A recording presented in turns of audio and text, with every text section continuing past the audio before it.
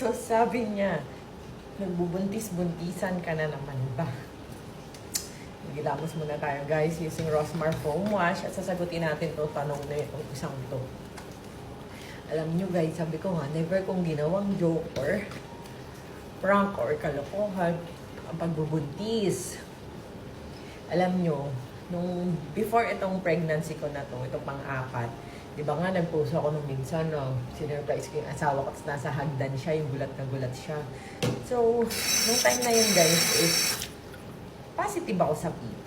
Pero isang PT lang kasi yung na-testing ko at matagal na yata yun, parang panahon pa ni na Nathaniel siguro, baka expired na, ganun. So, alam nyo, nakakalungkot talaga nung time na yun. Pero kasi, kumbaga, siguro kasi malakas ang loob ko, malakas na tao ako, hindi ako yung pinanghihinaan. So, yung asawa ko talaga, nalungkot siya. Kaya nitong pang-fourth na pagbubuntis ko, parang malungkot pa rin siya, hindi niya ina-expect kung buntis ba talaga, baka daw mag-expect na naman siya, tapos hindi na naman. Which is nga, nangyari nung after ni Nathaniel, di ba? Bago ito ngayon, ha? So, nag-false positive ako nun sa PP. Tapos, ang nangyari pa nun, nagpamassage ako. Eh, yung massage ko naman, sanay naman ako magpamassage lagi pag buntis. So, ang pinamassage ko lang, yung mga parte na pwede. Tapos, ayun nga, bigla na lang, pagpunta ko sa CR, ang daming red. Nagulat ako, tapos napachat ako nun sa asawa ko. Sabi ko, Daddy! Daddy, dinudugo, ganyan. Edi, nagbabantay siya sa shop, sa entry, sa e-bike. Ngayon, ang nangyari nun is, tumakbo siya sa spa mo, dun sa spa namin. Dinala niya ako sa emergency room. Sa ER pala. Edi yun, nagpa-ER ako. Tapos, so, ayun na nagpa-ER ako nun. Tapos, walang ultrasound that time kasi nga gabi yun. Hindi ko alam kung linggo ba yun. So, nangyari nun, yun, nalimutan ko. Ang nangyari, serum test, yung parang sa dugo. Tapos, nalaman nila, hindi nga daw ako buntis. So, ibig sabihin, red alert pala yun. Kumbaga, monthly ko pala yun. So, nalungkot yung asawa ko nun. Kaya nga nitong pang-apat na pagbubuntis ko na, parang, inaano niya kung buntis ba daw talaga, kung sure na daw, kasi nalungkot pala siya ng sobra noon. Samantalang ako, okay, direct na. Parang ganun. Parang hindi ako nalulungkot. And alam nyo ba, di ba nga nung minsan, nire-red alert din ako, dinudugo. Di ba sabi ko pa nga, nag-napkin ako. Tapos, binabash ako na may regla ka, tapos bilang buntis ka. Parang ganyan yung kino-comment sa akin. So, ayan, paggabi kasi nagpapahid talaga ako ng Rosmar Kagaya ko Alpha-Arbutin kasi 3+ whitening booster for face and body. Kung gusto yung mabilis pumuti, eto na. Pwede sa buntis at lactating, mga bagets yun. So, ayun nga. So, ano nga yung sinasabi ko? Ano nga akong part? Ano na nga ba yung sinasabi ko? Wait. Alam ko na. Yun nga, binash nga ako kasi nga, ang sabi nga, sasabi ko daw, mayroon akong, di ba, yung suot ko yung sola. Di ba? Tapos parang sabi ko, kaya hindi ako tumalikod kasi nga may suot akong napkin nun. Kasi nga, akala ko guys, may red alert na ako. Tapos yung pala guys, wala pala akong red alert. Wala pala akong red alert. Kumbaga, ano pala yun, yung parang nag-spotting na pala ang Disney princess nyo. Ayan, nag-spotting pala ako nun. Tapos, di pupunta kami nun sa, ano ba yun, yung swimmingan? Di ba, naka-swimsuit pa ako noon. Naka-swimsuit pa ako that time. Punta kami nun sa swimmingan. Tapos, pumunta kami palengke. Bibili ako ng mga pork chop, mga ganyan, iihaw-ihawin namin. Kasi wala kami mahuling isda. Sabi ng asawa ko, mamingwit daw kami, ganun. Yung pati underbutt, singit, para pumutian. Lalo na pag buntis, di ba, nangingitim yung mga ganyan. Para maputi. So, ayun na nga. Ayan, check out niya na to guys. May buy one, take one dyan sa basket. Bago pa ulit maubusan ng stock. For face and body na to. At number 1 to ngayon. So, check out na. Ayan. Tapos yung in-order ko na tilapia nun. Yung mga karne-karne. Hindi nga natuloy. Kasi nga biglang, parang sabi ko, parang may pumatak. Ganyan. So, dumiretso kami sa ospital.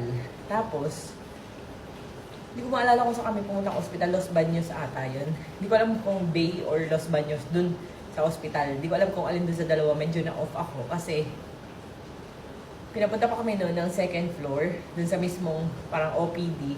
Tapos, di ba nasa emergency nga ako. Ang sabi nila, ano daw, kailangan daw pumila. Full sked daw. Kasi nga, ang dami daw nakaschedule that day. Pero hindi emergency Sabi ko, emergency na nga yung akin. May mga red na nga, di ba? Di ba? Kaya pala nung bago kami pumunta, medyo masakit yung pusod ko dito sa area na to. Yun. So, alam nyo ba guys, sa buong pagbubuntis ko, like kay Nathaniel, first time ever ko naka-experience ng ganun as in. Hindi yun nga, red na red. Sabi nga ng OB ko, wag lang daw red na red, okay lang daw yung parang ma-brown. Yun. So, anong nangyari nun? Ano nga yun? Ayun, anong nangyari nun, nagpa-ultrasound ako tapos walang nakitang sac and baby. Pero, nagpa-serum test and urine test ako, parehas positive. So, that time, parang nalungkot na naman yung asawa ko kasi nga wala pa nakikita na naman. Pero syempre, positive na ako sa serum at sa urine. So, medyo, hindi pa rin ako masyadong nakakapaniwala kasi nga puti kakaanak ko lang Parang sabi ko, talaga ba? O baka hindi. Baka false alarm na naman, tapos red alertin na naman ako, ganyan. So ngayon, anong nangyari nun? Nitong next na pa-ultrasound ko, ano nga ba yun? Bakit nga nalilimutan ko? Nung next na pa-ultrasound ko, edi ang positive ko nga lang ay serum saka urine. Pero nga di ba wala pang sac and baby. Nitong next pa-ultrasound ko, ewan ko, nalimutan ko kung ba't ako nagpa-ultrasound nun. Mga bandahilan nun. So pag pa-ultrasound ko, nagulat ako. Ayan, meron na nga sac, may baby na, pero wala pang heartbeat kasi too early to detect pa daw. So sabi ko, OMG. Sabi ko, parang hindi pa rin ako mapaniwala. Sabi ng asawa ko, talaga naman, di ba, mami, buntis ka na nga kasi nga gawa ng sa serum at urine mo. Sabi ko, hindi pa rin kasi ako makapaniwala. Kung baga parang inisip ko kasi baka, di ba nga, nung minsan, may false positive ako. Parang feeling ko, akala ko baka ganun. Tapos yun, nagulat na ako talaga nung finally, na-detect na. Meron na nga siyang bibihan sa loob. Ayan, meron ng baby. Meron na talaga. Hindi to joke. At never kong ginawang joke ang pagbubuntis. Never din ako sa pagkakaalala ko never ako nagbuntis prank. Never ko ginawa yun kasi ang dami-daming tao gusto magkaanak na hindi magkaanak. Diba? So, hindi siya ginagawang biro. Ayan. So, kaya bakit mo sasabihin na nagbubuntis-buntisan ako? Magja-gender reveal na nga ako next month. Ayan, may NIPT test ako sa Hello Baby Ultrasound na laging doon ako nagpapa-test. Ayan. Kaya kahit parang 10 weeks pa lang si baby, malalaman mo na agad yung gender, which is 99% ata. Unlike yung mga ultrasound, sinabi sa yung boy paglabas, girl. And ako, nakaganda ng NIPT na test yon to determine if girl or boy ang dinadala mo at an early stage. Ayan. So, ayun. Ayun. So, hindi ko pa alam yung gender. Pinost ko lang nung minsan na baby junior. Kasi parang manifesting. Saka baby junior. Parang feeling ko, ito na yung last. Ganon, baby junior. Kasi alam mo ba, yung asawa ko, nag-ano na siya. Sabi niya sa akin, mami, sa mga magpapabasectomy daw siya. So sabi niya, gusto daw niya i-surprise sa akin. Kaso nga hindi daw niya alam kung ano daw ang irarason niya sa akin. Ba't daw siya pupuntang Manila. So sabi ko, edi, ayun, samahan ko daw siya. Ngayon, bago naman mangyari yung vasectomy, buntis na naman ang lola mo. Buntisin yarn. Ayan. So ayun, buntis po talaga ako ngayon. At hindi ako nag-joke. At sa mga nagko-comment na, na parang 2 months, going 2 months. Tapos bakit daw going 3 months na yung post ko kinabukasan? Kasi syempre, lampas na ako ng 2 months. Diba? 2 months mahigit na ako. So, ganun kasi ako magbilang. Kunyari, nilagay ko going 2 months. Ibig sabihin, lampas na ako ng 1 month. Kunyari, 1 month and 1 week na. Ang term ko dun is going 2 months. Pagka 2 months and 1 day, going 3 months na ako. Kasi going na nga pag ganun na di ba? On the way na sa 3 months. So, pag 3 months and 1 day na ako, going 4 months na yun. Ganun ako magbilang lagi, guys.